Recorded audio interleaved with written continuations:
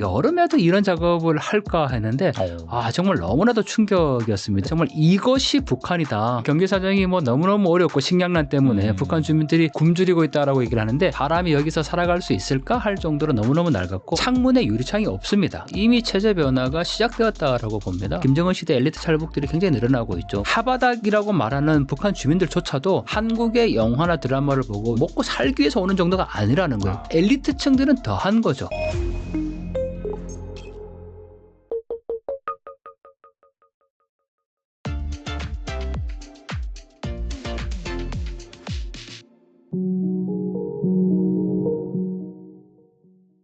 네, 강동원 교수님 모셨습니다. 안녕하세요. 네, 안녕하십니까. 네, 또 교수님 모시고 현재 이 북한 상황 한번 알아보도록 할 텐데요.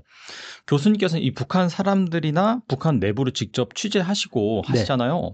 보니까 지난 여름 김포 애기봉 정만대에서 이 북한 주민들의 현재 모습을 직접 촬영해서 보고 오셨던데 여기에 대해서 좀 말씀해 주신다면요.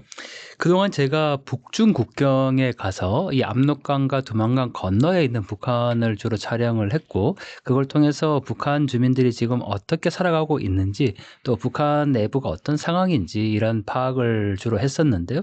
지금은 이제 갈 수 없는 상황이다 보니까 그러면 어디를 가야 북한을 촬영할 수 있고 또 볼 수 있을까 이렇게 고민하다가 국내에도 여러 다양한 통일 전망대가 있거든요. 거기에서 보면 북한 내부가 보이는데 뭐 제가 계절별로 이렇게 계속 가서 촬영을 하고 있는데요. 사실 여름에는 특별한 게 없을 거라고 생각을 했습니다. 왜냐하면 너무 날씨가 이제 뜨겁고 또 뭐 햇볕이 내리쬐고 하다 보니까 야외 활동 자체가 어렵지 않습니까? 그런데 참 놀랍게도 그 영상 제가 촬영한 영상을 보면 북한 주민들이 나와서 이제 일을 하고 있는 모습이 보입니다. 그 한여름 땡볕에 나와서 그런데 그 일이 제가 이제 탈북민께 여쭤봤더니 그 퇴비를 이제 옮기는 작업인데 한국에서는 굳이 안 해도 될 일입니다. 왜냐하면 한국은 이제 비료도 있고 또 굳이 그 일을 한다고 하더라도 농기계가 있기 때문에 뭐 금방 이제 옮길 수 있는 일인 거죠. 그런데 볏짚을 한 곳에 이제 쌓아놨고 그걸 물과 이렇게 오랫동안 이제 섞어두면 한국도 예전에 그런 방식으로 이제 농사를 지었다고 해요. 네. 그렇게 오랫동안 두면 그게 이제 퇴비가 되는데 그 퇴비를 일일이 지게에 옮겨서 밭으로 이제 뿌리고 있는 작업을 하고 있었습니다. 사실 이거는 북한에서 이제 거름 전투라고 얘기를 하거든요. 한겨울에 가면 그 신년 뭐 3월에 이제 새롭게 농사를 짓기 위해서 북한의 뭐 땅심이 이제 좋지 않으니까 그런 방식의 거름 전투를 하고 있는 거는 제가 뭐 자주 볼 수 있었죠. 근데 여름에도 이런 작업을 할까 했는데 정말 너무나도 충격이었습니다. 그래서 제가 정말 이것이 북한이다. 2025년 7월에 이렇게 농사를 짓고 있는 그런 상황들을 저희가 과연 어떻게 이해해야 될까? 참 너무나도 이제 좀 충격이었던 장면들이 있고 또 여전히 그 북한을 촬영하면 구호가 있습니다. 왜냐하면 그 구호에 따라서 어떤 북한 정책의 방향이라든지 또는 북한사의 변화를 읽어낼 수가 있는데 하지만 여전히 변하지 않는 거는 북한의 모든 마을마다 세워져 있다는 영생탑이 있습니다. 영생탑. 네, 이 영생탑에는 위대한 김일성 동지와 김정일 동지는 영원히 우리와 함께 계신다. 이 구호는 항상 똑같고 이 마을마다 반드시 영생탑을 세워놓는데 역시 이 마을에도 그 영생탑을 또 확인할 수가 있었고 또 참 흥미로운 표가 쌀로서 우리 당을 받들자입니다. 쌀로서 우리 당을 받들자. 네, 정말 너무 황당한 표지 않습니까? 아니 지금 북한의 경제 사정이 뭐 너무너무 어렵고 식량난 때문에 북한 주민들이 굶주리고 있다라고 얘기를 하는데 쌀로서 당을 받들자라는 구호가 세워져 있다라는 거죠. 참 그런 모습들을 보면 이게 같은 시대를 살아가고 있는 것이 맞는가 이런 회의감이 들 정도로 너무나도 좀 충격적인 장면이었고. 근데 이 쌀로서 뭐 당을 받들자라는 문구가 예전에도 있었던 거예요, 그러면? 쌀로서 이제 당을 받들자, 뭐 강철로 당을 받들자. 그러니까 직군별로 이게 그 예를 들면 뭐 제철소 같은 경우에는 당연히 강철로 당을 받들자 이렇게 세워지고 지금 농촌이다 보니까 이제 쌀로서 당을 받들자죠. 왜냐하면 한 해 동안 자신들이 그 수확해야 될 할당량이 있습니다. 그러니까 반드시 그걸 관철을 해서 이 당에 바치겠다라는 그런 의지를 이제 표현한 건데 아니 북한이 본인들 먹을 것도 지금 없어서 매일같이 북한이 식량난이다 이렇게 얘기를 하면서 정작 농사를 그렇게 힘들게 지어서 그 수확물을 당을 위해서 바친다라는 게 얼마나 참 비인간적인 것인가를 다시 한번 확인해 볼 수가 있는 부분이었는데 이 쌀로서 당을 받들자 이 구호 참 이해하기 어려운 구호였습니다. 근데 이게 아무래도 국경 인근 지역이고 우리나라 통일 전망대가 있는 걸 알고 그러다 보니까 이 가시거리에 있는 네. 그런 곳은 어느 정도 좀 꾸며질 가능성, 좀 잘 보이기 위해서 좀 컨셉이라든지 그런 게 있을 가능성이 있는데 그런 것들을 감안해서라도 그런 상황이면은 실제는 더 심각하다 그렇게도 볼 수 있는 건가요? 저도 사실 좀 많이 놀랐던 게요. 이 북한이 뭐 체제 경쟁을 더 이상 하지 않는다는 거를 자인한 것으로도 이제 볼 수가 있는데 방금 말씀 주신 것처럼 한국에서 분명히 보인다는 것을 알고 있을 겁니다. 네, 뭐 네. 그냥 육안으로 봐도 그렇고 또 저희가 사용하는 뭐 망원렌즈가 아니더라도 뭐 흔히 이 북한의 모습들을 확인할 수가 있는데 일단 그 접경 지역에 있는 집 자체가 너무나도 낡았습니다. 이게 정말 뭐 사람이 여기서 살아갈 수 있을까 할 정도로 너무너무 낡았고 심지어는 한 3층, 4층 정도 되는 이 연립주택이라고 북한에서 얘기를 하는데 창문에 유리창이 없습니다. 그러면 뭐 사람이 살고 있지 않는 그냥 폐건물이냐 이렇게 생각할 수도 있지만 네. 또 그 창문에 보면 뭐 옥수수라든지 뭐 이불이라든지 이런 또 가지도구를 또 걸어놨어요. 그래서 사람들이 이제 주민들이 살고 있는 곳이라고 할 수가 있는데 그럼에도 정말 너무나도 열악한 건물의 형태를 볼 수가 있어서 야 이게 예전에 뭐 7, 80대처럼 서로 남북한이 체제 경쟁을 하면서 뭐 우리 잘 살고 있다. 뭐 심지어는 그 깃발도 가장 그 높은 곳에 서로 높이 경쟁을 했을 정도로 뭐 그런 체제 경쟁은 이제 하지 않는 것으로 볼 수가 있고 이미 끝났지 않습니까? 뭐 남북한이 지금 체제 경쟁을 한다라는 거는 거의 사실 이제는 뭐 의미가 없는 얘기인 것 같고 북한도 그걸 너무 잘 알고 있기 때문일까요? 뭐 접경 지역에 뭐 이렇게 남한에 보여주기 위한 뭐 그런 시설물들은 사실 거의 없는데 하지만 그 통일 전망대에 가보면 그 마을이 선전 마을이다라고 이렇게 표현은 되어 있습니다. 선전 마을 네네, 보여주기 위한 맞습니다. 그런, 네. 네네. 그러니까 과거의 선전 마을로 분명히 조성한 거는 맞지만 그걸 계속해서 뭐 개량한다든지 리모델링한다든지 이런 작업들을 하지 않기 때문에 이렇게 계속 낡아 있는 그 모습 그대로를 볼 수가 있고 뭐 심지어는 저희 생각에도 그렇지 않습니까? 이 한국에서 분명히 자기들을 보고 있을 거라고 생각을 하면 김정은이 거기다가 뭐 자신들이 개발했다는 뜨락도루 트랙터라고 얘기를 하는데 그 뜨락도루 뭐 분명히 갖다 놓을 수도 있는 거고 뭐 그렇게 농사를 잘 짓고 있는 거를 보여줄 수도 있을 텐데 또 그렇게 뭐 하지는 않습니다. 그러다 보니까 어떻게 보면 네 정말 거기까지 뭐 그런 걸 신경 쓸 여력이 사실 뭐 없다라고도 볼 수도 있고 뭐 이미 이제 거의 뭐 방치된 상태라고도 볼 수 있죠. 하지만 중요한 거는 철책은 다릅니다. 저희가 매번마다 갈 때 느끼는 거는 항상 철책이 새롭게 선다는 거예요. 그러니까 기존의 철책이 있다면 그 앞뒤로 역시 2중, 3중의 철책을 세우고 또 우리 군대 갔다 오신 분들 잘 알지만 철책에 보면 그 흔적 표시라고 하죠. 누군가가 이제 그걸 밟으면 그 발자국이 이제 남는 형태로 모래를 이렇게 깔아놓지 않습니까? 뭐 그런 부분들도 이 철책의 전기 철조망들 왜냐하면 그 전기를 흐르게 하는 그 애자가 이렇게 달려 있는 걸 볼 수가 있거든요. 그래서 그런 철조망들은 계속해서 뭐 감시 장비는 늘어나고 있지만 이러한 북한 주민들이 살고 있는 집의 개량이나 뭐 리모델링 이런 거는 거의 하지 않고 북한도 알 것 같아요. 뭐 그거 아무리 잘 만들어 놔봐야 뭐 북한이 경제적으로 식량난이라든지 어렵다라는 것을 이미 세계가 다 알고 있는 사실인데 뭐 굳이 거기에다가 그렇게 뭐 남한에 보여주기 위해서 선전 마을을 뭐 대량으로 꾸미고 그럴 것 같지는 않습니다. 그 포기를 하고 대신에 절대 탈북을 못하도록 그렇죠. 완전히 철저하게 이제 다 방미를 마련하겠다 그런 의도네요. 사실은. 맞습니다. 사실 그 철조망이나 이런 거는 외부로부터 이제 뭐 침입해 오는 적을 방어하기 위한 차원인데 이 남북 간의 접경은 그런 의도보다는 오히려 탈북을 막기 위한 용도로 볼 수가 있죠. 뭐 실제로 북중 국경에 가도 이 철책 자체의 그 초소가 중국 쪽을 향하지 않고 북한 마을 안쪽으로 향해 있는 것을 쉽게 볼 수 있습니다. 네, 그 정도로 뭐 탈북을 막기 위한 감시와 통제는 더 강화되고 있는데 이 남북한 접경 지역도 마찬가지인 것 같아요. 정말 가보면 너무나도 이 철책이 많이 들어서고 있고 세워지고 있고 또 뭐 최근에는 그 김정은이 적대적 두 국가를 제시하고 나서 계속 이 휴전선 인근에 방벽을 세운다고 하지 않습니까? 그런 공사의 흔적들이 곳곳에 확인이 되고 있고 또 하나 아주 특이한 점은 우리는 지금 대북 확성기를 다 철거하고 있는 상황이잖아요. 맞아요. 네. 네. 그리고 뭐 심지어 얼마 전에 북한도 뭐 철거하고 있다 이런 기사가 나왔는데 그 오보였지 않습니까? 아. 네, 뭐 수십 개 중에 한 개를 이제 어떻게 뭐 철거하는 과정에서 그걸 우리 군이 섣불리 이제 뭐 북한이 우리의 호응해서 철거하고 있다 막 이렇게 이제 얘기를 했는데 제가 촬영한 영상을 보면 북한의 그 마을에 대남 확성기가 아주 큰 대남 확성기가 세워져 있는 것을 그대로 볼 수 있습니다. 사실 그 통일 전망대에 가보면 뭐 일반 많은 국민들이 그냥 육안으로도 보지만 거기 설치되어 있는 망원렌즈로 볼 수 있거든요. 그걸 보면 그냥 뭐 쉽게 그 북한의 대남 확성기를 볼 수 있기 때문에 뭐 북한이 우리가 뭐 평화 제스처를 했기 때문에 이 뭐 대남 확성기를 지금 철거하고 있다. 이건 전혀 사실이 아닌 걸로 볼 수 있죠.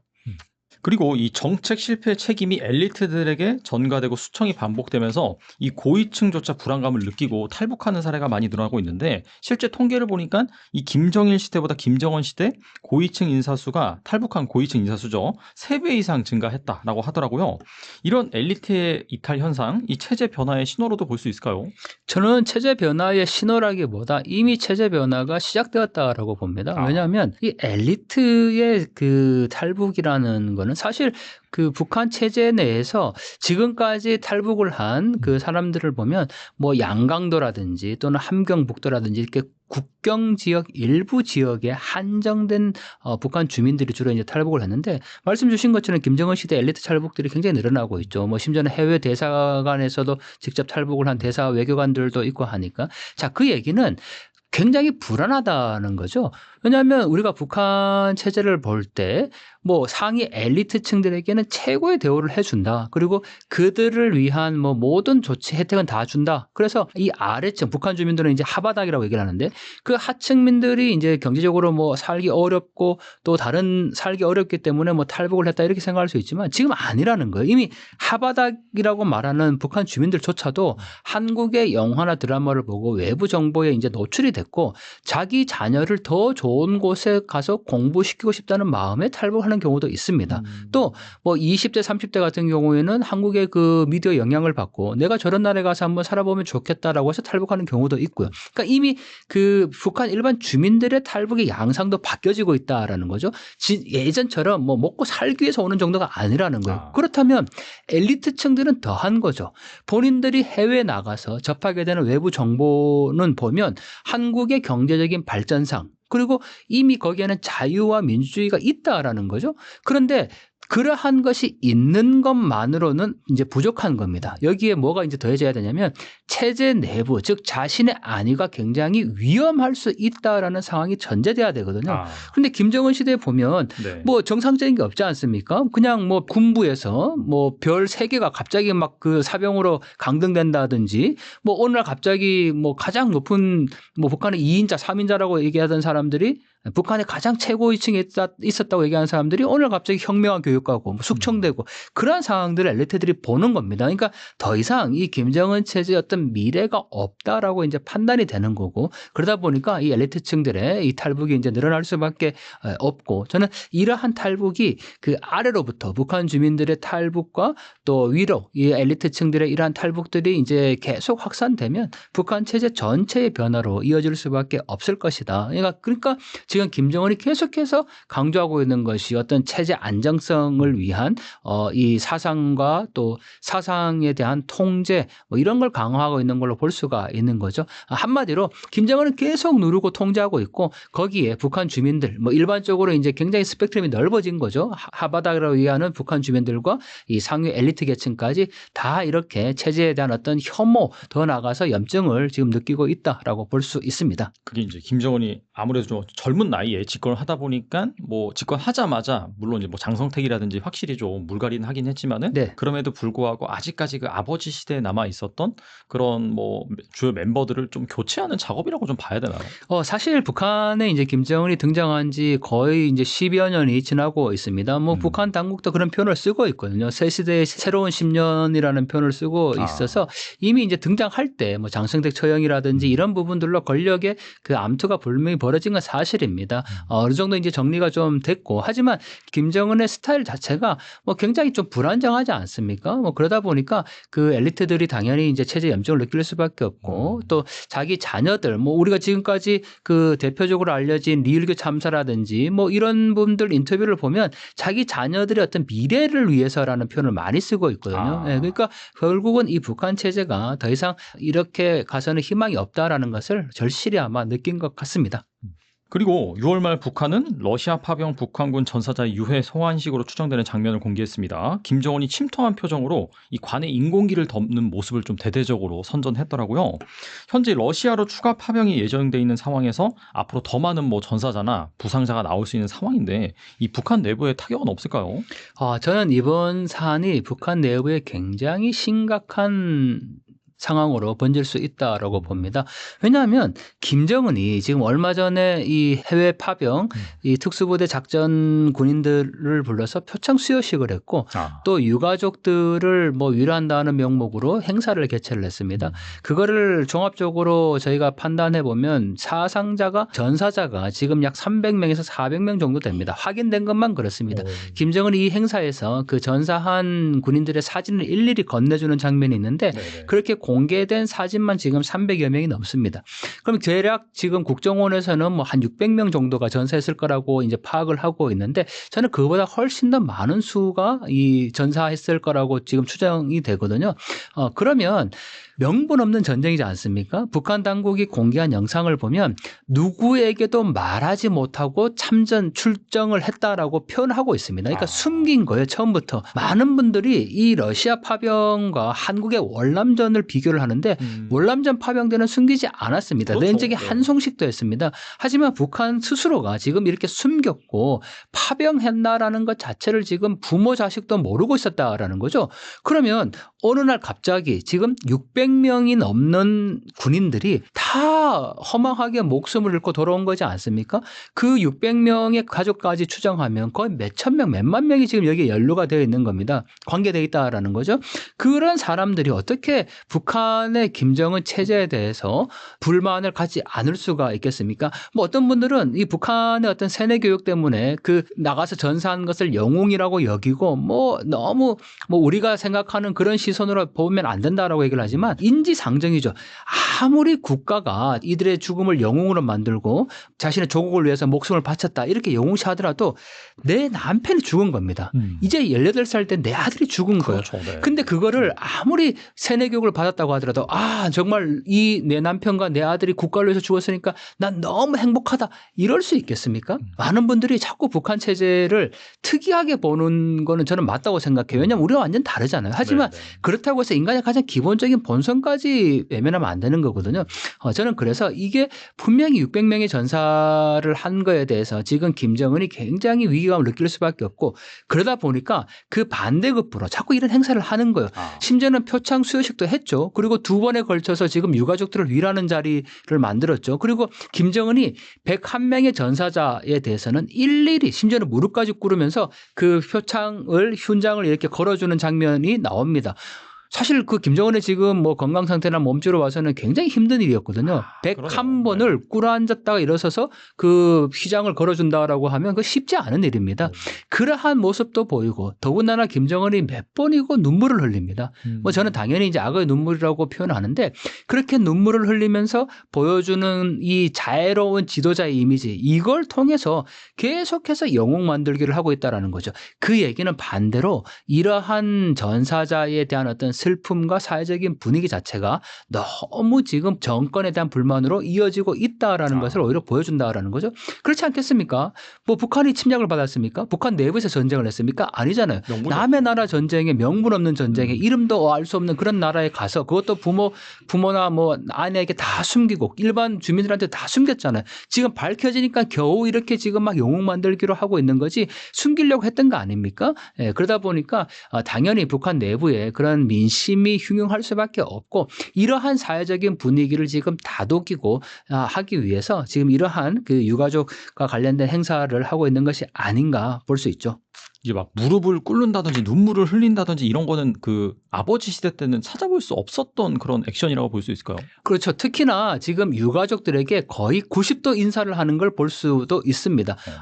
더군다나 유가족들에게 뭐 큰 깍듯이 이렇게 인사를 하는 장면도 볼 수가 있거든요. 그리고 뭐 아이들 이렇게 스킨십하는 장면이라든지 뭐 그런 것들은 김일성, 김정일 시대와는 굉장히 차별화된 걸로 볼 수 있는데 그건 항상 이유가 있습니다. 북한의 김정은이 지금 계속 강조하는 건 애민이거든요. 애민. 네, 애민주의 사상을 계속 강조하고 있고 인민을 위하여 뭐 이런 표현들을 하고 있기 때문에 김정은의 어떤 그런 대형적인 이미지 정치를 위해서 지금 활용하고 있는 것으로 볼 수가 있죠. 그리고 이제 교수님 채널에서 러우 전쟁에서 북한 병사자들의 자폭 사례 이걸 소개해 주셨는데 북한이 이렇게 이 북한군 병사들의 자폭 사례를 대대적으로 선전한 이유는 무엇일까요? 저는 크게 두 가지라고 봅니다. 하나는 영웅 만들기인 거죠. 이 영웅 만들기를 통해서 지금 이러한 희생들이 국가와 민족을 위해서 조국을 위해서 조국을 위한 큰 희생이다라는 것을 계속 강조하고 있다라는 거예요.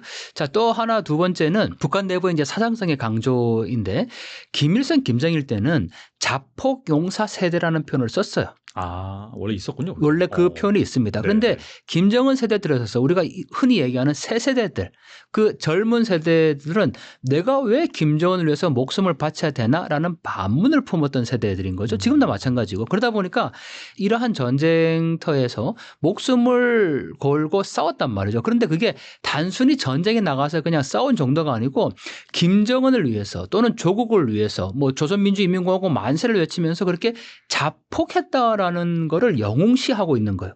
그러면서 이게 젊은 세대들에게 이 체제 보위를 위해서는 뭐 목숨까지 바쳐야 된다. 이러한 사상성을 지금 강조하고 있는 거고 또 가장 중요한 거는 전쟁에서는 그래도 아무리 전쟁이지만 지켜야 될 룰이라는 게 있습니다. 포를 함부로 사용하지 않지 않습니까? 그런데 김정은은 지금 어떤 걸 계속 강조하고 있냐면 이 자폭 사례를 대대적으로 선전하면서 자폭할지언정 포로가 되지 말라는 메시지입니다. 이 사례를 보면 정말 제가 입에 담기도 너무너무 잔인한 장면입니다. 예를 들면 뭐 그 한 소대가 지금 11명의 소대원과 소대장이 전투를 하다가 총탄이 다 떨어진 거예요. 더 이상 싸울 수가 없습니다. 네. 그랬더니 무전으로 이 좌표를 알려주고 여기에다 폭격을 해라 라고 자폭합니다. 그리고 또 수리탄을 들고 자기가 이제 부상을 당했는데 그 자기 동료들이 전우들이 지금 자기를 구하러 오는 과정에서 희생이 있으니까 자기가 죽으면 그런 상황이 없지 않습니까? 그래서 수리탄을 들고 자폭을 했는데 자폭에 실패해서 오른손만 떨어져 나간 겁니다. 오른팔만. 그랬더니 다시 그걸 왼팔로 들어서 또 자폭을 했다.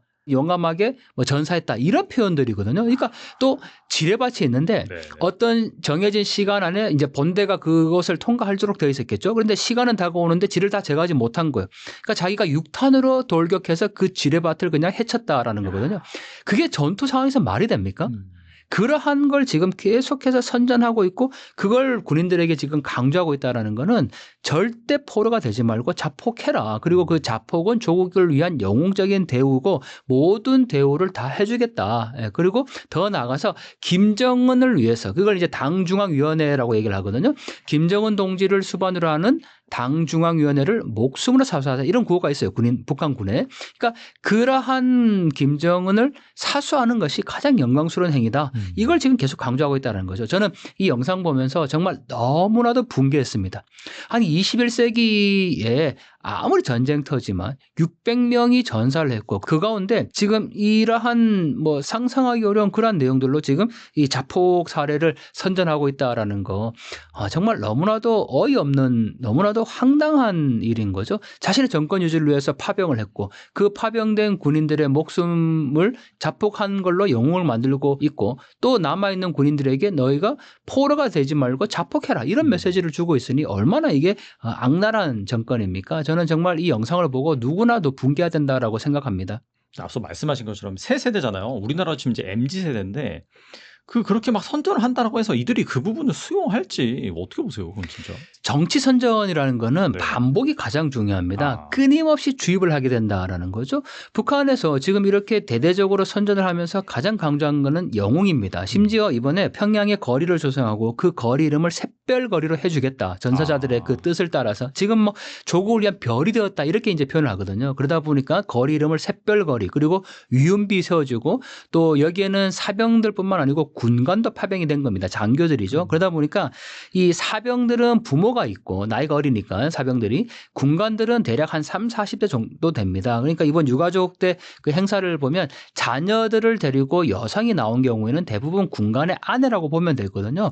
그런데 이 자녀들을 북한이 혁명학원에 다 보내서 앞으로 우리가 다 키워주겠다. 김정은 이렇게 얘기를 합니다. 그러니까 모든 대우와 조치를 다 취해주겠다라고 계속 이제 얘기를 하기 때문에 이러한 어떤 그 사회적인 뭐 혜택, 국가적인 혜택도 물론 고려하지 않을 수 없는 부분들이고 더 나아가서 계속 주입하면서 반복적으로 뭐 국가의 영웅 이렇게 이제 얘기를 이제 하다 보니까 반드시 이러한 어떤 정치 사상의 선전을 위해서 사상 교육을 위해서 이러한 조치를 지금 취하고 있는 걸로 볼 수 있죠. 그리고 이 러우 전쟁 종전 협상에 대한 소식이 지금 빠르게 전해져 오고 있고 진행이 되고 있는데 일각에선 연내 이제 종전할 가능성이 높다라는 얘기가 나오고 있거든요. 북한으로서는 그동안 이 러우 전쟁에 인적, 물적 자원을 투입하면서 경제 특수를 누렸다라는 평가가 있는데 종전할 경우 북한은 어떤 타격을 입게 될까요?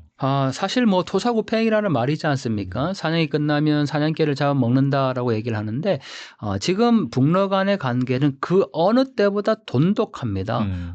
뭐 이 경제 지원뿐만 아니고 정치, 군사 모든 부분에서 지금 북한은 사실 이러한 지원들을 지금 러시아로부터 받았고 네. 또 북한이 계속 강조하고 있는 게 21세기 어떤 전투사에서도 볼 수 없었던 그런 용맹한 전투를 했다라고 계속 강조하고 있거든요. 그거는 자신들의 몸값을 러시아로부터 올리기 위한 하나의 조치라고 볼 수가 있습니다. 그러니까 그 크루스크 해방을 위해서 이 투입된 북한군의 이 전투력 때문에 또 강인한 어떤 정신력 때문에 지금 러시아가 이렇게 승리할 수 있었다라는 것을 북한이 계속 강조하고 있다라는 거죠.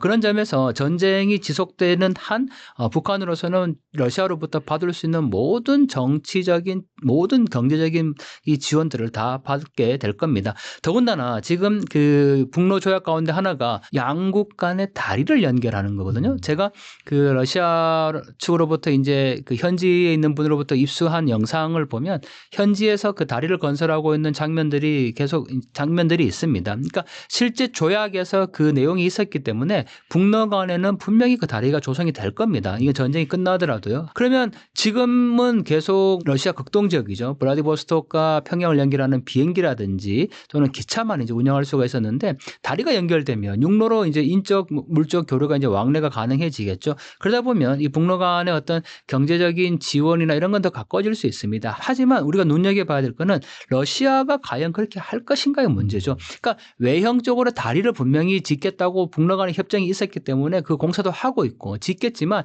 그 다리를 이제 누가 어떻게 통과할 것인가의 문제인 거죠. 뭐 어떤 물자가 얼만큼 들어가냐가 가장 중요할 텐데 과연 북중 간의 어떤 코로나 이전 시기에 북중 간에 교류했던 그 정도의 물량이나 어떤 지원들이 이 북러 간에 이루어질 것인가? 저는 굉장히 회의적이라고 보거든요. 뭐 러시아 굳이 그렇게 할 필요가 없지 않습니까? 종전이 되면.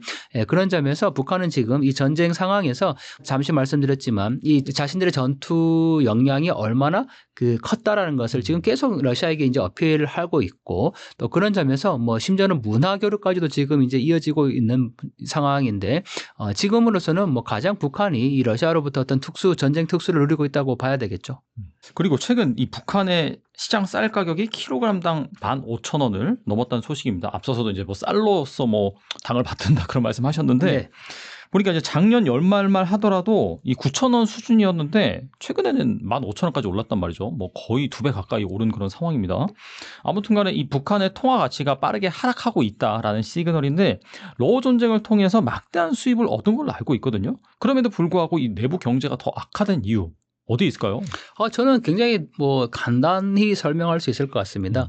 러시아로부터 받은 돈은 다 어디로 갔을까요? 정말 북한 주민들을 위한 이러한 민생으로 들어갔을까요? 당연히 김정은의 통치 자금과 또 북한의 핵 개발, 미사일 개발을 위한 자금으로 들어갈 수밖에 없습니다. 그거는 북한 주민들이 시장에서 쌀을 구하는 것과 아무런 상관이 없는 거죠. 북한 경제를 지금까지 지탱했던 것은 북한과 중국 사이의 교류라고 할 수 있습니다. 즉 단둥과 신의주에서 연결되는 이 양이 약 70%였는데 지금 코로나 이후의 상황이 아직까지 이전으로 회복이 안 된 거예요. 그러니까 코로나 이전 상황까지 이제 회복이 돼서 뭐 어느 정도 자유롭게 계속의 인적 물적 교류가 이어지고 또 북한 내부 장마당에 이 중국산 물건이 좀 풀려야 뭐 쌀값도 안정되고 또 북한 주민들이 어떤 생필품도 구하곤 하는데 지금 북중 간의 교역은 거의 회복이 안 되고 있는 상황이죠. 더군다나 그런 상황에서 지금 러시아로부터 받는 거는 일반 주민들을 위한 쌀이라든지 민생 부분이 아니라는 거예요. 뭐 지금 뭐 최근에는 이제 문화교류까지 뭐 심지어는 그 러시아의 인기 가수 샤만이라는 그 가수가 북한에서 공연까지 이제 했지 않습니까? 그거와 민생이 뭔 관계 있습니까? 네, 그러니까 그 샤만의 공연도 정말 락커가 평양에서 공연을 한 거거든요. 네, 근데 그게 뭐 자유주의 바람이나 뭐 이런 것들을 이제 얘기할 수 있겠지만 김정은의 입장에서는 정치 선전을 위한 가장 좋은 수단의 변화라고 볼 수 있는 거예요. 그러니까 새 세대들은 이미 과거의 음악을 듣지 않아요, 북한에서. 네. 저희가 몇 번 얘기했지 않습니까? 한국의 영화나 드라마 뭐 심지어는 케이팝에 빠진 북한 청년들이다라고 얘기를 하는데 그 샤만의 음악은 그야말로 락 음악이거든요. 맞아요. 네. 그런데 외형은 락이지만 그 내용 자체는 국가주의의 전형입니다. 그러니까 나의 러시아, 내가 조국을 위해서 충성하겠다라는 그런 내용을 주로 담고 있기 때문에 김정은을 봐서는 새 세대들에게 정치 선전을 하는데 그만큼 좋은 건 없는 거예요. 그러니까 그러한 문화적인 교류까지 뭐 체육 교류 이런 부분들까지도 다 지금 하고 있지만 정작 북한 주민들이 살아가야 될 쌀, 민생 이런 부분들에 대한 지원은 거의 없다라는 거죠. 그런 점에서 이 북한 내부의 뭐 시장 쌀값은 계속 그 요동칠 수밖에 없는 거고 주민들의 삶은 더욱더 어려워질 수밖에 없는 상황이라고 할 수 있습니다. 사실 북한이 러시아로부터 받을 게 별로 없고 사실 원래 중국과 교류를 통해서 많이 그 뭐 물품이라든지 경제적 의존을 했는데 그런 것들이 이제 바뀌다 보니까 더 힘들어질 수밖에 없겠네요. 말씀 맞습니다. 들어보니까. 아주 단순한 논리거든요. 중국으로부터 물자가 많이 들어오면 북한 해산 장마당의 물건값은 당연히 내려갈 수밖에 없습니다. 하지만 그게 지금 다 막혀 있잖아요. 더군다나 북중 간의 교역도 물론 중요하지만 가장 북한 주민들에게 핵심적인 거는 밀수입니다. 근데 지금 김정은이 2중 3중의 철책을 치고 북한과 중국 사이의 밀수를 전면 차단하고 있잖아요. 이런 상황은 당연히 북한 내부 시장의 그 장마당의 쌀값을 요동치게 만드는 결과일 수밖에 없고 말씀하신 것처럼 러시아로부터 아무리 뭐 물자가 들어가더라도 그거는 북한 주민들이 살아가는 민생 물자는 아니라는 거죠. 그리고 최근 한반도에 비가 많이 내렸잖아요. 네. 그래서 우리나라도 이 수해 피해를 많이 봤는데 북한 역시 예외는 아니죠. 왜냐하면 붙어 있으니까요. 네. 조선중앙방송이 최근 이 평양시를 비롯한 여러 지역에서 시간당 70mm 정도의 많은 비가 내릴 것이다라며 폭우 주의 경보를 내리기도 했는데 이 북한의 수해 피해에 대해서 딱히 보도된 게 없어가지고 실제 피해는 어느 정도일까요? 네. 이 방금 말씀하신 것처럼 조선중앙방송을 통해서 폭우주의 경보를 내렸다고 하는데 어떤 대비를 할 수 있을까요, 북한이? 한국은 이렇게 폭우주의 경보가 내리면 여러 다양한 조치를 취할 수 있지 않습니까? 뭐 관계 수로를 정비한다든지 아니면 뭐 댐의 수위를 조절한다든지 할 수 있지만 북한은 기본적으로 그러한 시설이 갖춰져 있지 않습니다. 저도 이 방송 보면서 아니 폭우 경보를 내린들 뭐 어떤 조치를 취할 수 있을까 이런 생각을 하게 됐고 또 작년이죠. 신의주 인근 위화도라고 얘기하는 그 지역에 엄청난 폭우가 내렸고 맞아요. 이게 네. 이제 사실 비가 많이 와서 그런 것도 있지만 이 관계 수로를 제대로 정비하지 못하고 압록강의 수위 조절을 북한이 하지 못하기 때문에 발생한 일이거든요. 이 단둥과 신의주가 붙어 있는데 단둥은 피해가 거의 없었단 말이죠. 모든 피해는 신의주 쪽에 집중이 됐고 심지어는 김정은이 여기를 이제 수해 복구하면서 뭐 몇 차례나 현지 지도를 했던 모습도 보입니다. 하지만 이런 피해를 이제 뭐 미연에 방지한다고 하지만 할 수 있는 게 없다 보니까 결국은 수해가 나서 피해가 나면 관료들을 숙청시키고 뭐 더 나아가서 책임을 물어서 최고 사형까지 선고하게 되는데 그러한 악순환이 계속 빚어지고 있다라는 거죠. 사실 누구의 잘못입니까? 뭐 이게 북한이 관계수로나 어떤 홍수에 대비할 수 있는 자연재해에 대비할 수 있는 거를 하면 되지만 뭐 북중 국경에서도 그렇고 우리 접경 지역에서도 보면 북한의 모든 산에 나무는 없지 않습니까? 뭔가 홍수를 미연에 방지할 수 있는 시스템 자체가 갖춰져 있지 않습니다. 그런데 결국은 이렇게 피해가 날 수밖에 없는 상황에서 피해가 나면 또 애꿎은 관료들에게만 이렇게 책임을 묻고 하니까 이런 악순환이 이제 계속되고 있고 뭐 김정은이 그 신의주 위화도 지구의 수해 복구가 끝나서 인민들을 위한 뭐 최상의 그 시설을 만들어냈다. 그리고 이제 방벽까지 조성을 했다라고 해서 김정은이 직접 그 방벽에 서 있는 영상까지 공개를 북한이 했거든요. 그런데 지금 이 단동에서 바라보는 신의주의 모습은 여전히 계속 계속 공사를 하고 있습니다. 공사가 끝난 게 아니에요. 그런데 이미 지금 뭐 북한이 굉장히 강조하는 거는 단기간 속도전이지 않습니까? 뭐 한 달 만에 집을 뚝딱 세우고 뭐 3개월 만에 모든 수혜 시설을 다 정비했고 심지어는 압록강의 제방까지 다 완벽하게 쌓았다. 이렇게 선전 다 했어요 벌써. 하지만 지금 단동에서 그 북한 신의주를 바라보면 매일 밤같이 밤낮으로 일을 하고 그 수해 복구를 여전히 하고 있는 것을 볼 수가 있거든요. 그러니까 이게 눈 가리고 아웅식이 될 수밖에 없기 때문에 뭐 북한이 이렇게 그 폭우주의 경보를 내린다고 하더라도 이 피해는 고스란히 주민들에게 갈 수밖에 없는 상황이죠. 작년에는 이 신의주 그 폭우 피해 같은 경우에 대대적으로 보도를 했잖아요. 근데 네. 올해는 그 보도를 안 하는데 혹시 왜 그런지 그 좀 생각하신 게 있는지 궁금하네요. 북한의 언론이라는 건 우리처럼 공개되어 있지 않습니다. 네, 사실 네. 이제 뭐 한국의 언론도 이미 이제 정부 자체를 취사 선택하는 그런 상황이 되었고, 근데 북한은 자신들의 치적을 이제 강조를 해야 되는데 네. 작년에 신의주 수해는 정말 엄청나게 큰 규모였거든요. 그거는 단둥에서 보면 이미 다 보이는 겁니다. 그거는 북한이 공개하지 않을 수가 없는 거예요. 숨길 수가 없는. 그렇죠. 그러다 보니까 북한이 당연히 그걸 공개를 했고 또 그 공개하는 과정에서 가장 부각되는 건 뭐였습니까? 김정은이 심지어는 고무보트 타고 현장에 직접 갔다. 그걸 계속 보여주고 있잖아요. 맞아요. 네, 그러니까 네네. 수해 자체가 나면 그걸 뭐 인민들을 위해서 뭘 하겠다 이런 개념보다는 김정은이 거기에 어떻게 했는가 이걸 계속 강조한다라는 거죠. 그래서 김정은이 직접 몇 차례 현지도를 가서 여기를 복구하겠다라고 강조를 했으니까 당연히 그 이후에 모든 이 초점은 신의주 복구가 어떻게 진행되고 있고 그것이 당의 방침으로 얼마나 주민들에게 그 효과가 있었는가 그걸 강조하게 되는 거죠. 이미 그걸 다 끝난 겁니다. 그런데 올해 또 그 북한 내부에 어떤 수해가 났는데 거기에 뭐 이런 피해가 있었다 공개할 이유가 없는 거죠. 공개하면 오히려 이제 그때 막 했던 것들이 숲으로 돌아가니까. 그렇죠. 굳이 뭐 거기에 어떤 피해가 난 거에 대해서 네네. 왜냐하면 김정은이 지시를 해서 모든 어떤 공사가 끝났고 성과가 막 이제 자랑을 다 했어요. 그런데 거기에 뭐 또 피해가 났다. 그건 너무 완전히 이 최고 존엄에 대한 어떤 모독이라고 할 수 있기 때문에 네, 그러한 피해를 자체를 북한이 뭐 공개할 필요가 없는 거죠. 네. 앞서서도 막 밤낮으로 막 그렇게 일해서 속도전을 낸다라고 말씀하셨는데 그렇게 막 빨리빨리 짓다 보니까 당연히 안정성이라든지 그런 품질 같은 경우에 안 좋아질 수밖에 없는 거고 그래서 뭐 얼마 전에도 막 평양 아파트 막 금이 간다든지 붕괴된다든지 그런 이슈가 있었는데 이런 것들이 앞으로도 계속 발생할 수밖에 없겠네요, 진짜.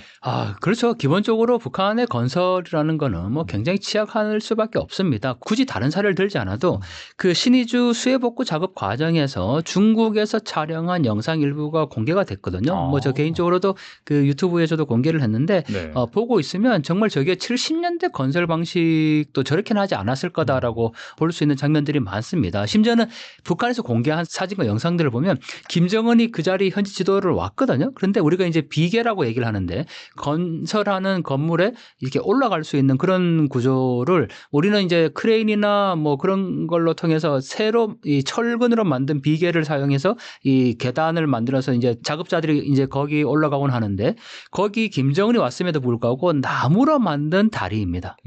네, 그 정도니까 뭐 다른 건설 현장은 말할 것 없겠죠. 네네. 네, 그러니까 뭐 당연히 부실 공사라고 봐야 되는 거고 제가 참 안타까운 거는 이 북한이 계속해서 자꾸 건물을 짓고 뭐 김정은 시대 성과다 치적이다 이렇게 이제 자랑하고 심지어는 뭐 가장 고층 빌딩 뭐 50층 이상도 지금 계속 짓지 않습니까? 그런데 정말 통일되면 나중에 다 허물어져요. 그건 누가 살겠습니까? 뭐 내진 강도 이런 내진 설계, 내진에 대한 거 뭐 이런 안전에 대한 거 전혀 없는 상황인데 지금 자꾸 저렇게 이 보여주기식 건축물을 세우고 있다라는 거니까 참 안타까운 현실이죠. 네. 최근 평양에 짝퉁 스타벅스나 북한판 이케아 같은 서구식 소비 매장이 등장했다라고 하더라고요. 북한이 이런 서구식 소비 문화를 의도적으로 들어오는 배경은 무엇일까요?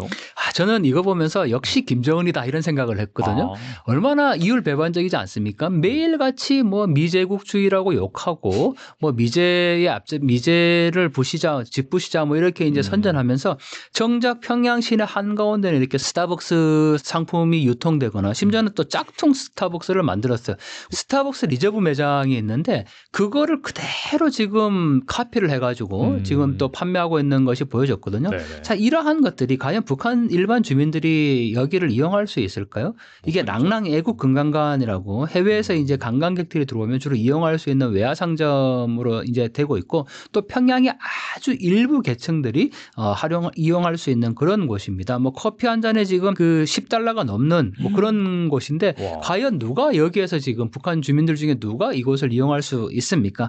이런 점에서 본다면 소비 문화의 변화라기보다는 북한 당국이 외화를 벌기 위한 뭐 다양한 방식들을 취하고 있는 걸로 볼 수가 있고 또 하나는 뭐 정말 앞서 잠시 말씀드렸지만 이 김정은의 어떤 이율 배반적인 모습들 물자가 없잖아요. 결국 중국으로부터 들어올 수밖에 없는 거거든요. 그렇죠. 그러니까 네. 이 상류층들이나 뭐 그 외국인 관광객들을 위한 물자 자체가 필요하다 보니까 중국에서부터 이러한 물자는 들어오고 있지만 그 앞서 뭐 장마당 시장 쌀값도 얘기 우리가 했는데 뭐 그러한 북한 주민들의 어떤 민생과는 전혀 관계없는 그러한 이 조치라고 볼 수가 있는 거죠. 보니까 그 러시아 기자가 그 막상 그 북한의 그런 뭐 관광지구라든지 가서 촬영을 했는데 네. 뭔가 다 의도된 연출인 것 같다. 뭐 그런 식으로 또 이제 폭로를 해가지고 네. 파장이 있었는데 이런 부분이 어떻게 본다면은 그 부작용이라고 볼 수 있겠네요, 사실. 그렇죠. 사실 러시아 기자가 촬영한 것은 이제 원산 갈마지구 준공식이었는데 김정은이 가장 강조하는 지적 중에 하나가 바로 그곳입니다. 이 원산 갈마지구를 준공식을 했고 뭐 전국에서 인민들이 근로자들이 모여와서 여기에서 이제 휴양을 즐기고 있다 이렇게 이제 선전을 했단 말이죠.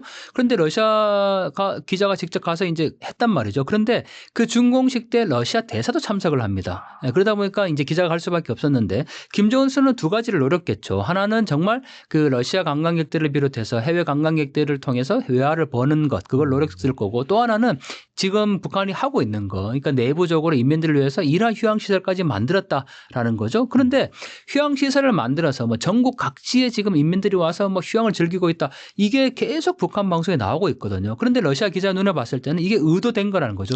당연한 거지 않겠습니까? 과연 그러한 휴양시설에 뭐 우리가 생각하는 북한 주민들이 자유롭게 와서 휴양을 하고 그렇게 할 수 있을까요? 못하죠. 네, 당연히 그러다 보니까 의도된 연출을 할 수밖에 없었을 거고 그게 러시아 기자에 이렇게 딱 포착이 됐던 거겠죠. 같은 사람이 계속 그 자리에서 반복하고 있거나 뭐 같은 사람이 계속 뭐 당구를 치고 있고 뭐 이런 이제 그 상황들이 나타날 수밖에 없었던 건데 그만큼 이 북한 내부에 김정은이 하는 그 정책의 어떤 성과를 강조하기 위한 이러한 정치 선전이 계속 이루어지고 있는 거죠. 이번에 그 80주년 중국의 정승절 행사에 김정은이 이제 네. 참석한다라고 밝혔거든요. 네. 근데 사실 보면은 김 위원장의 중국 방문은 6년 만이고 북한 최고 지도자가 중국 열병식에 참석하는 도 66년 만이라고 하고 또 그리고 그동안의 딱 흐름을 보면은 이 북한이 중국이랑 사이가 이제 안 좋아지고 러시아에 붙었다라는 그런 플로가 계속해서 나왔거든요. 근데 갑작스럽게 이렇게 노선을 변경한 이유는 뭐라고 볼 수 있을까요?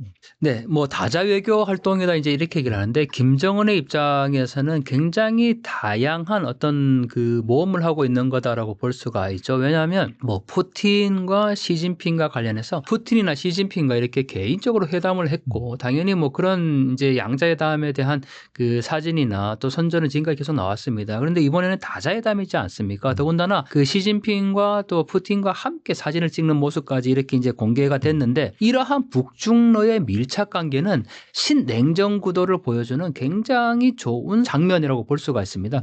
지금 한국도 얼마 전에 뭐 한미 한일 정상회담 했지 않습니까? 한미일 삼각 구도가 지금 계속 형성되고 있고 북한 입장에서는 북중러 삼각 구도가 자신들의 체제를 뭐 존속시키는 가장 중요한 하나의 든든한 이 뒷배경이 될 수밖에 없는 거죠. 그런데 말씀 주신 것처럼 이 러시아 전쟁에 이제 파병을 하면서 중국과 약간 소원해진 관계가 이제 보여지기 시작한 겁니다. 하지만 경제적인 일반적인 분야의 지원은 결국은 중국을 제외할 수 없다라는 거죠. 그런 점에서 보면 김정은 입장에서는 북러 간의 관계의 어떤 돈독함은 계속 지속될 것이고 거기에 중국과도 정지지 않고 북중러라는 어떤 그러한 배경 속에서 자신의 체제를 유지해 갈 수 있는 아주 좋은 전략적인 이 상황이 될 거라고 판단을 했던 것 같고 또 하나 북한은 지금 가장 관심을 두는 거는 북미 회담입니다. 미국으로부터 어떻게 자신들의 체제를 인정받아서 이 두 국가 체제를 갈 것인가가 가장 핵심일 텐데 지금 미국 미국과 어떤 그 냉전 구도가 한미일과 뭐 북중러 이렇게 이제 완전히 갈라져 있는 상황이지 않습니까? 더군다나 지금 냉전 구도가 미국과 어떤 러시아의 대립 구도, 미국을 중심으로 뭐 러시아와 중국과의 어떤 대립 구도가 이렇게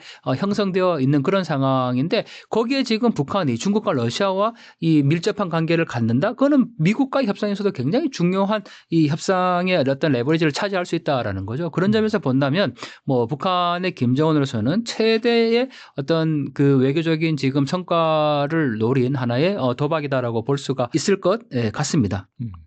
그럼 뉴욕타임즈가 이 김주애가 김정은의 후계자로 지목될 가능성이 높다 이렇게 보도를 했거든요. 2022년 11월 이후 공식 석상이 총 39차례 등장을 했는데 그중 24차례가 군 관련 행사였으며 최근 김여정이 김주애의 고개 숙여 인사하는 모습을 근거로 들었습니다. 북한은 이 4대 세습이 현실화되는 것일까요? 네, 사실 이 북한 정보라는 것에 북한 정보의 흐름을 좀 볼 필요가 있는데요.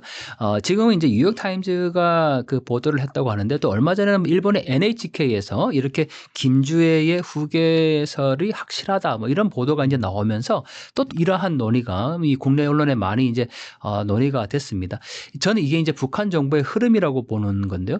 그러니까 여기 뉴욕타임즈와 NHK 방송에서 이런 기사를 냈을 때 누가 이러한 조사를 했는가가 중요합니다. 또 누가 이 기사의 그 정보 소스인가가 중요한데 예를 들면 NHK 같은 경우에는 한국의 특정 그 연구자의 인터뷰를 기반으로 이 기사를 냈단 말이죠. 근데 그 특정 연구자는 김주애의 4대 세습을 기정사실화하고 있는 주장을 하고 있습니다. 그러다 보니까 그러한 원소스를 받아서 NHK가 이제 보도를 하면 마치 한국에서 그냥 NHK 자체적으로 그런 어떤 정보나 뭐 소스를 받아서 그렇게 김주애가 확실히 됐다. 이렇게 이제 판단을 하고 또는 그렇게 외신에서 발표를 했기 때문에 굉장히 신뢰가 있는 것처럼 그걸 또 인용 보도를 하거든요. 그렇죠. 그러니까 네, 그게 네. 이제 북한 정보의 하나의 흐름인데 근데 그 원소스를 따라가 보면 결국은 국내 학자의 주장을 NHK 외신이 받아서 그거를 보도를 하고 그 보도를 다시 국내에서 이제 이렇게 조금 부각을 시킨다라는 거죠. 그런 점에서 보면 이렇게 4대 세습이 확정되었다라고 볼 만한 어떤 그 원소스는 사실 없는 거고 뭐 예를 들면 북한 내부의 어떤 문건이라든지 뭐 우리가 파악하지 못하는 그런 정보를 가지고 얘기를 한 게 아니라는 거죠.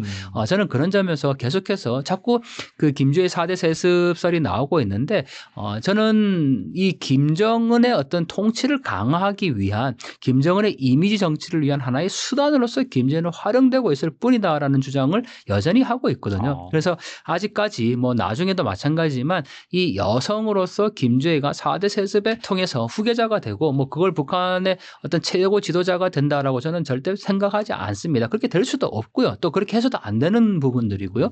그런 점에서 우리가 북한 정보의 그 흐름을 좀 우리가 파악하면 좋을 것 같고 외신에서 보도했다. 그 외신 보도의 원소스가 어디인지를 좀 정확히 볼 필요가 있을 것 같습니다. 그러면 이제 아무래도 김주애가 계속 공식 석상에 나타나고 비중도 있기 때문에 그렇게 얘기를 하는 것 같은데 뭐 한간에서 숨겨둔 아들이 있는데 약간 그 아들이 뭐 상태가 좋지 않다? 뭐 그런 얘기도 있고요. 네. 그러면은 교수님께서는 김주애가 아니라면은 어떤 인물이 그 후계자로 될 가능성이 있는지 혹시 생각해둔 그런 시나리오가 있나요? 이렇게 생각해 볼 수도 있겠죠. 우리 국정원에서는 북한에 분명히 김정은의 아들이 있다라고 지금 발표를 했습니다. 뭐 공식적이든 비공식적이든 그러면 어느 날 후계자로서 정말 김정은의 그 지금 사실 김정은의 건강이 안 좋은 건 사실입니다. 많이 안 좋죠. 네, 하지만 김정은이 뭐 급사하거나 이런 경우를 우리가 이제 생각하지 않는다면 후계를 논의하기에는 굉장히 이른 나이입니다. 그러면 어느 날 이제 뭐 정말 김정은의 어떤 건강 문제가 생기고 후계자를 지목해야 될 때 숨겨놓은 아들, 원래 이제 아들에게 그걸 계승할 때 역시 또 이게 4대 세습이라는 굉장히 나이의 부분을 고려할 수밖에 없잖아요. 김정은도 30살 때 30대 나이 때 등극을 할 때 북한 내부에서 어떤 말이 있었냐면 아니 저 어린 나이에 뭘 할 수 있는가 이런 불만이 있었단 말이에요. 제가 알고 있는 어느 탈북민은 이렇게도 얘기합니다. 본인이 군대에 있었는데 이 최고 지도자라는 거는 최고 존엄이라는 거는 일반 사람들과 달라야 되는 거죠. 그러다 보니까 과거에 가장 대표적인 예가 뭐 김일성이 나뭇잎 타고 천지 건너고 이런 얘기가 나오는 겁니다. 네. 전지전능해야 되는 거예요. 최고 존엄은. 그래서 이 탈북민이 증언을 한 걸 들어보면 뭐냐면 김정은이 최고 지도라 등극할 때 30대 그 나이 때 이미 군대 내에 그런 영웅 최고 지도자에 대한 이 선전물이 배포가 됐는데 그걸 보면서 사람들이 생각했다는 거예요. 아니 이게 정말이야? 사실이야? 이렇게 의문을 품었다라는 거죠. 자 그러면 지금 만약에 김정은이 김정일 4대 세습의 후계자로 지목을 했단 말이죠. 북한 주민들이 그걸 받아들일까요? 10대 어린아이에. 그다음 더군다나 또 북한 내에서 가장 지금도 여전히 북한 사회에 깔려있는 그 남존 여비가 너무나도 강하게 작동하고 있는데 북한의 아무리 최고 존엄이 지도자가 라 하더라도 여성이라는 거를 과연 북한 주민들이 받아들일 수 있을까요? 저는 그런 점에서 나중에 정말 김정은의 아들이 있다면 그 후계자로서 아들을 등극하는 과정에서 그 길을 놓기 위한 하나의 어떤 수단으로서 지금 김주애를 활용하고 있는 거죠. 왜냐하면 자녀잖아요. 어쨌든 그 자녀가 나와서 뭐 군 관련된 행사에 참여한다든지 뭐 심지어는 러시아 대사를 만난다든지 이런 외교적인 자리에까지 지금 김주애가 등장하고 있거든요. 그러면 자녀가 그렇게 하는 거에 대한 어떤 거부감을 조금씩 불식시킬 수 있는 효과가 분명히 있다라는 거죠. 그러면 아무런 준비 없는 상태에서 그냥 김정은이 내 아들이다, 후계자다 이렇게 하는 거하고 김주애가 자신의 이제 친애하는 뭐 자녀, 뭐 존경하는 자녀, 자제 이런 표현을 썼는데 그 자제가 그러한 주민들에게 일부 노출되면서 어떤 그 거부감에 대한 거를 불식시키고 나중에 정말 그 아들이 등극을 했을 때 이러한 거부감 자체가 굉장히 약화될 수 있다라는 그런 효과가 분명히 있다라는 거죠. 그런 점에서 보면 저는 이 여성이 지금 북한 내부 상황에서 김주애가 여성이라는 이 김주애가 최고 지도자가 될 확률은 굉장히 낮다. 더군다나 오히려 그 정말 우리가 뭐 숨겨놨다고 표현하지만 뭐 숨겨놨다는 우리 표현인 거죠. 그냥 아들이 있다는 거죠. 그 아들이 4대 세습이 될 그 시점이 되면 공개를 할 때 이 김주애는 그 길을 놓는 하나의 연출에 불과하다. 저는 그렇게 표현을 합니다. 만약에 김정은이 급사하거나 통치권을 상실했을 경우 뭐 후계 구도라든지 체제 전환, 주민들의 동요 등 현실적인 그 시나리오는 어떻게 보고 계신지 궁금하네요. 많은 분들이 이 점에 대해서 굉장히 이제 궁금해 하십니다. 뭐 김정은의 건강 내일이라도 사실 뭐 급사에도 뭐 별반 이상해 보이지 않을 만큼 굉장히 건강 상태가 안 좋다고 알려져 있는데 또 어떤 분들은 뭐 김정은이 죽으면 다 끝나나 또 그 뒤에 이 대를 위해서 다 나오지 않나 이렇게 이제 얘기도 하십니다. 그런데 만약에 정말 김정은이 지금 4대 세습의 어떤 준비 과정 없이 급사했다. 저는 북한 체제가 급속히 변화될 수밖에 없다고 봅니다. 왜냐하면 북한에서 김일성, 김정일, 김정은은 단순히 지도자가 아니라 최고 존엄입니다. 그러면 그 혈통에 의해서 지금 세습이 되는데 그 혈통이 아닌 다른 사람이 최고 존엄의 자리에 오를 수 있을까? 그 불가능한 겁니다. 백두혈통이 아니거든요. 네. 그러면 결국은 지금 상황에서는 군부, 왜냐하면 김정일과 김정은으로 이어지는 그때 상황에서도 뭐 북한이 집단 지도 체제, 군부를 중심으로 한 집단 지도 체제로 갈 것이다 이런 전망이 있었단 말이죠.